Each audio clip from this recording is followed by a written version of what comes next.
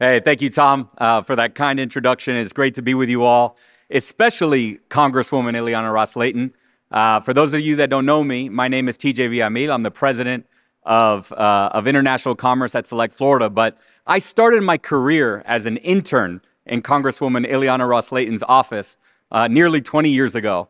And so it's great to see all of our friends and family in the crowd. And again, for those of you that don't know me, it brings me a tremendous honor and pride to bring to you our new brand, SelectFlorida.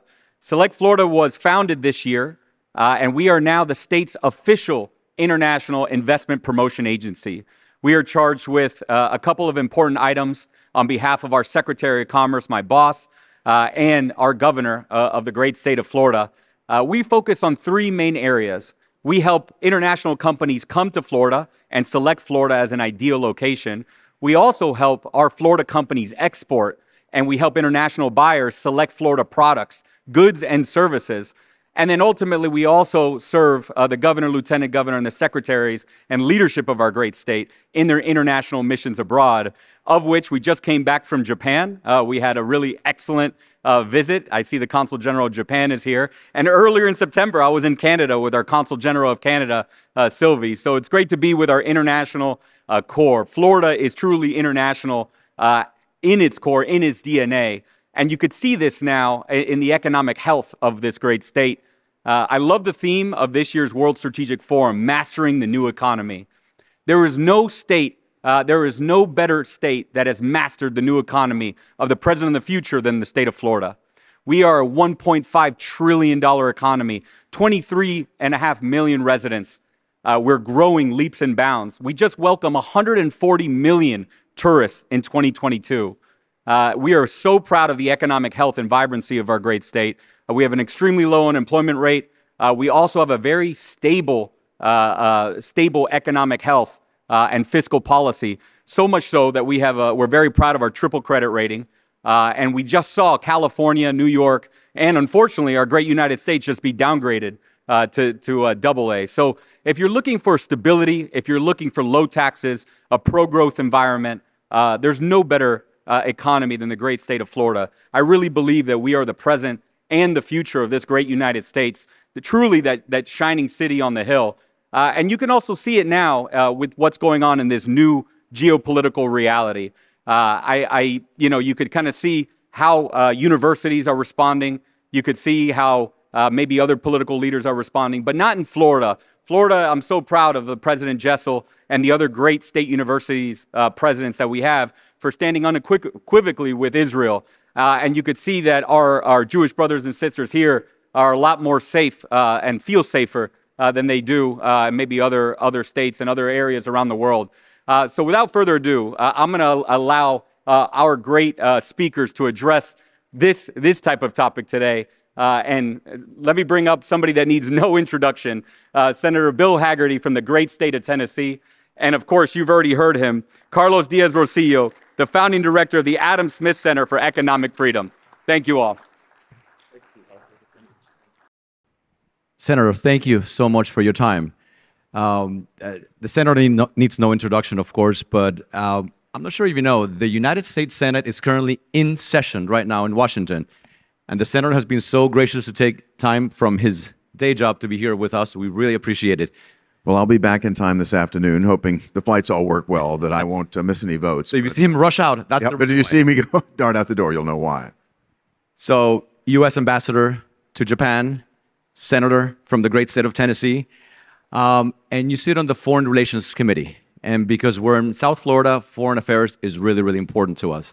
So if you don't mind, let me begin by asking you about what's happening in the Middle East right now.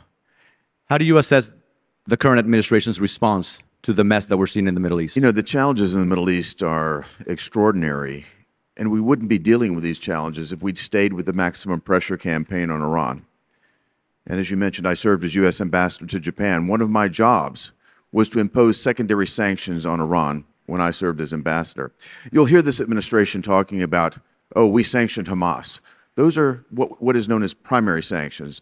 That means that U.S. businesses cannot do business with Hamas. U.S. businesses cannot do business, perhaps, with Iran. That's what a primary sanction is. That's like using a pea shooter. U.S. companies aren't doing business with Hamas already. U.S. businesses aren't doing business with Iran, but I'll tell you who is. A lot of our allies around the world. What I had to do was go to Prime Minister Abe and make a very clear statement that you can do business with the United States, you can do business with Iran, but you cannot do business with both. A decision had to be made, and we went around the world doing that in the previous administration as we imposed the maximum pressure campaign on Iran. And you remember the pallets of cash that Iran received before the administration changed under President Obama. Pallets of cash went there. We had terrorism coming out of Gaza in 2014, 2015. Look at what happened after we imposed the maximum pressure campaign. Iran's reserves burnt down to below $8 billion. That's under $8 billion. Those were the funds that they would otherwise use to fund terror. Joe Biden comes into office and on day one stops enforcing those sanctions that I worked so hard to impose. What has happened since then? Over $100 billion has flowed into Iran that can be used in this manner. We saw in May of 2021, terror again coming out of Gaza into Israel. The 11-day war took place. And now you've seen what's happened here. Make no mistake, Iran technology, funds, and know-how are behind what Hamas has done, are behind Hezbollah, and behind the Houthis. This is Iran. Make no mistake about it. So what should we do about it? What would you do if you were president? Right? Immediately, I would get back into the energy business here in America. On day one, the Biden administration came in and waged war on the fossil fuel industry here. That had the effect of raising global energy prices. We did the calculation. If you look at the lift in energy prices and the impact on Russia's budget, it more than paid for Russia's attack on Ukraine. We're funding more than the entire DoD budget for Russia because of this price increase that we imposed because of short-sighted policies. Same for Iran. Not only have they benefited from the price increase, but also from the fact that this administration wants to somehow appease Iran. They think that's the right strategy. No, we need to choke off the resources that they're using to incite terror around the world. So I would get back into the energy business right away. I would go back to enforcing sanctions, crushing sanctions, to choke off the lifeblood that is being used to fund terror. That's my first step. And let's continue in the Middle East. What actions have you taken specifically in the U.S. Senate to support Israel? Well, the very first thing, this is after the 11-day war back in 2021, I introduced legislation that would take the money that we're using, sending into Gaza, and repurpose that money to replenish the Iron Dome. And again, you'll hear a lot of talk about humanitarian aid going into Gaza today. It's all over the news media. But I had Secretary Blinken in front of me. Many of you probably saw this. It went viral. I asked him 3 times, can you assure me that the foreign assistance that's gone into Gaza did not find its way into the attack that Hamas did on October the 7th? 3 times I asked him, 3 times he could not answer me on that. And you know why? Hamas taxes, Hamas directs, Hamas diverts every bit of aid that comes into Gaza. Yet we're talking about sending more aid into Gaza at this point in time. I think that's very dangerous. And the Secretary of State could not assure me that we cannot prevent Hamas from using that aid. I don't think American taxpayers want to be funding both sides of this. Yet they're putting us in exactly that position to do just that, to be funding both sides of a war. And I'll argue that we're funding both sides of the war with Russia and Ukraine because we're allowing Russia to sell oil up to a $60 cap. That means we're allowing revenues to come into Russia that they're using in turn to hammer Ukraine with. And we're also allowing Iran to provide drones and technology to Russia right now. So not only is Iran serving its proxies with their own technology, but now, since the Biden administration allowed our sanctions against Iranian arms sales and technology sales to expire just this month, we're going to see a lot more drone technology coming into Russia that they're going to use to hit Ukraine. If you don't mind, let's go to the other side of the world, Asia, an area where you have tremendous expertise, and not just in Japan, obviously, where you served as U.S. ambassador, but China. So let's talk about a great power competition. I know Ambassador Dobriansky is going to talk about that later this morning. I genuinely feel that one of the biggest threats facing the United States is China. How do you view China as a threat, both a national security threat and an economic threat for the United States? Carlos, you and I have talked about this on numerous occasions. I could not agree with you more. China has the wherewithal and the desire to shut the United States down. We've seen what they've done, their predatory practices in the East China Sea and the South China Sea. Before I got to Japan in 2017 as U.S. ambassador, the Chinese Navy was encircling, or they call it their Coast Guard, encircling the Senkaku Islands in the East China Sea, harassing, threatening. You saw what they did in the South China Sea. They crushed coral reefs and poured millions of tons of concrete into the ocean. I don't know where the environmentalists were on this, but what they've built is artificial islands along one of the busiest sea lanes in the world. In 2015, you had President Xi come and stand in the Rose Garden next to President Obama saying he had no intention of militarizing these islands. That was untrue. When I got to Japan in 2017, those islands had been fully militarized. What it took was U.S. extending its military presence and deterrence. We also made our diplomacy line up. We imposed sanctions on China. We imposed tariffs on China. And every time that I spoke from a diplomatic posture about China's predatory behavior, my friends in Japan applauded me for doing that. We need to stand strong, and if we want to deter, we have to make certain that deterrence is amplified at every level. It's not just military, but it's got to be economic deterrence. It has to be diplomatic deterrence. That alignment worked from 2017 forward. Now we're back to leading behind again, leading from behind, I should say, in that region. North Korea is back in business again. You've seen after Afghanistan fell, the number of sorties that have come into the Taiwan Strait from China dramatically increase. It's reckless behavior on the part of China. I'm very concerned that we could see miscalculations, misjudgment. I'm very pleased that our friends in Japan have talked about stepping up their own defense budget. I talked with Prime Minister Abe a number of times about this in the past. He wanted to see this type of posture. I think what it took was public opinion moving in the direction that it has, because the public opinion in Japan has shifted. They realize the threat that China poses right now. And if Taiwan goes, who's next? So let me ask you the same question I asked you about the Middle East. What would President Hagerty do differently? Well, I don't want to comment on something like that, but I would tell you my view is very clear. The world needs a strong America now more than ever. Strength is what China understands, the CCP. Strength is what Vladimir Putin in Russia understands. Strength is what the Ayatollahs need to see from us as well. We aren't delivering a consistent posture of strength. What we're delivering is appeasement. And I tell you, the CCP sees appeasement.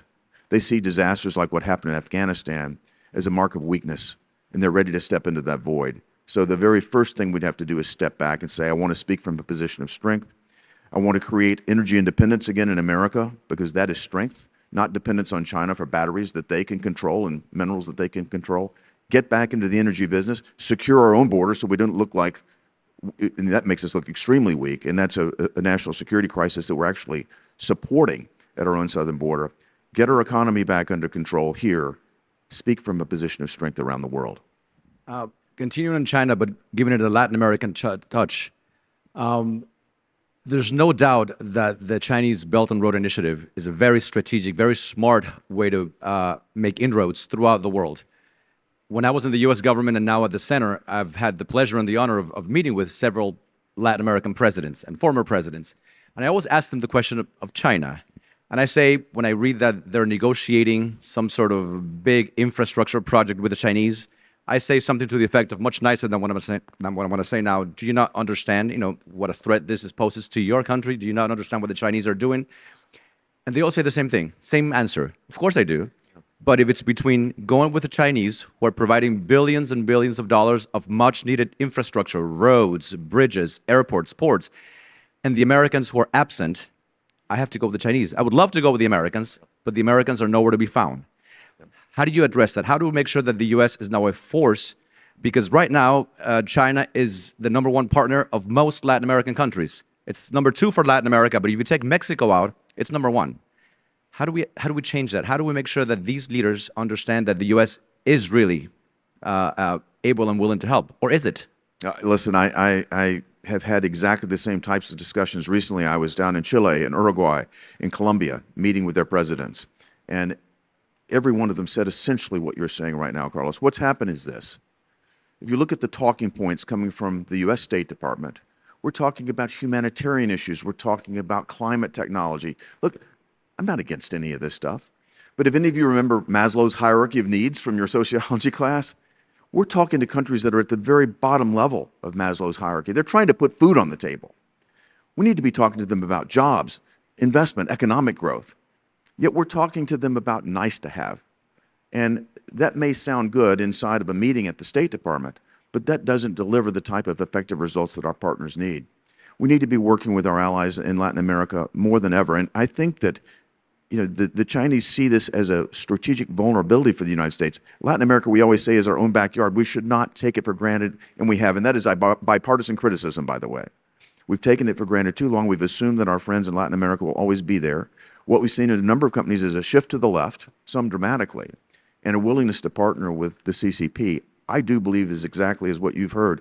If we're there, if we show up with strong economic participation, we will see great partnerships again thrive in Latin America. Absolutely. And we have 5 former U.S. ambassadors in this room, all right here. And one of the things I keep on hearing from these leaders is that oftentimes the U.S. ambassador is more interested in promoting a social agenda than promoting good relationships with the U.S. Trade, investments, security. You have experience as an ambassador. How do we change that? How do we make it clear that ambassadors are not there to promote a specific social agenda, but to promote good relationships between the United States of America and their country? Well, I might just point back to my own experience as U.S. ambassador to Japan. And I think it has to do with the type of people you recruit to these positions. You want people that have solid business experience, people who've actually negotiated, people who've met a payroll, as we talked to Ambassador Silverstein. That type of instinct would lead you directly to understand that economic security and national security are directly linked. In fact, I'm hosting a conference this coming weekend on the sidelines of the APEC conference in San Francisco. We're going to do the conference at Stanford. I've invited business leaders from South Korea, from Japan, and from America to meet to talk about our economic security, about our supply chains and how we make them stronger, more resilient, more robust, and how we move them away from countries that may not have our best interest at heart and move them into areas that are more strategic and safe and secure. So we need to make certain that our economic interests are aligned, and we need to have people that have the capacity that understand that. Rather than just barking out State Department talking points, look for ways to actually bind us. And economic relationships do just that. 2 more questions. How do you think what's happening on the southern border, our immigration policy, is affecting our relationship with Latin America? Do you mind if I tell you a story? Please. So shortly after I entered the Senate, I guess it was in probably April or May of 2021, I flew to Guatemala City to meet with President Giammattei. An hour and a half, he basically chewed me out. He said, he was citing the words coming out of our White House. He said, "You have created a national security crisis at my southern border. I don't know who's marching through my country, but they're marching through my country to get to yours." He said, "It's destabilizing. It's inherently destabilizing. And what else is happening? Nuclear families are being destroyed." He said, "The coyotes take the words coming out of your White House," and here he said, "the root cause of my problems is the fact that your White House is inviting people to come. And the coyotes take these words like, we'll treat you better, we'll treat you in a humane way." They're marketing that to the most vulnerable people in his country. Families are taking their life savings and handing it over to the cartels, and they're sending their most promising child on a very dangerous journey. He said, it's destroying families here. He does not want this to happen, yet we've created the incentive for it to happen. Not only have we created a national security disaster on our border, fentanyl's coming in and killing people all over the world, there's a humanitarian crisis of these people that are risking their lives, and they're entrusting their lives and their children's lives to the hands of billion-dollar cartels. These are illegal criminal operations that work hand-in-hand with the CCP. That's a huge danger to the entire region. And I'll tell you, regional leaders see that and they don't like it. Absolutely. We've known each other for many years, and we understand the importance of foreign policy. And you've devoted a big part of your professional career to advance American interests through national security policy. But most Americans don't really care about foreign policy. What do you tell somebody in the middle of the country, in the middle of Iowa, about what all these issues that we're talking about, whether it's Iran, North Korea, China, the rising threats that we face? What do you tell them? Why does it matter to their daily lives? Why should we care about foreign policy? Well, I think it's becoming more and more front of mind in this administration. We have so many people that served in the military in the past. It might not be you, but it might be your family member. After the fall of Afghanistan, I heard from people all over, not just Tennessee, but all over the country, how heartbroken they were, the display of weakness that they saw, the capitulation that led the rest of the world to think that we're not serious, that we're indeed the paper tiger that the CCP claims that we are. That hurt in a very, very deep way, and Americans remember this. as they see what's happening at our southern border, they realize that that's causing people to die in their own communities. We will lose between 2,000 and 3,000 young people in my home state of Tennessee this year due to fentanyl overdose. Tennesseans know where this fentanyl is coming from, and they know who's behind it, and that's the CCP. So I think that America is waking up to this. I think if you look at Joe Biden's approval numbers, they're in the tank. A big part of that, it's not just our domestic economy, but it's because of the embarrassment and the fear that has been created by a weak posture internationally, a posture of appeasement that has allowed our enemies to enrich themselves and our allies to doubt us. Absolutely. And as you know much better than I do from your experience, when the U.S. speaks, the world listens. So having a strong voice is really, really important. You're absolutely right, Carlos. And we're so fortunate to have you in the position you are to help continue that awareness, to keep us here in America aware of the importance of strong partnerships and linkages with other parts of the world. And frankly, the fact that we need, as we get those partnerships to strengthen, we'll all be stronger together. Thank you. The Senate is kind of a mess, but we have somebody who is sane, who knows what he's doing, who's a key member of the Senate Foreign Relations Committee, who's advancing American interests day in and day out. So thank you, sir, for your service. Carlos, thank you very much. Thank you all. Wasn't that an outstanding presentation by one of the most incredible ambassadors, U.S. senators, Bill Hagerty, who I had the pleasure of serving with when I was ambassador to the Dominican Republic.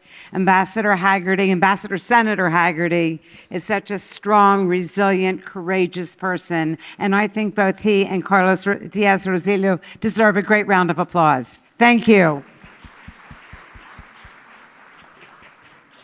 I won't take much of your time, but I would like to say that I'm also honored to be a senior fellow this semester at FIU, teaching the students skills, diplomacy, and leadership. It's such a great opportunity in what Carlos does in bringing the cohort of ambassadors to present and teach the students about leadership, about patriotism, duty to country.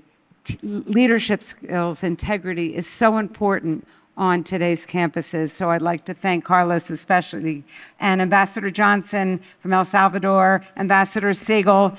Please, if you have a chance and they're here, please thank them for their courageousness and putting their lives at risk for our country as well. Again, I won't take much time. I did want to say that this past session on being able to show how much economic security equals world security. It's so important. Thank you for helping us assess the threats worldwide and identifying new allies. I know that there's over 50 or 70 countries represented here at this conference. Please give them a strong Florida welcome. Welcome to our country. Welcome to our state of Florida. Thank you again.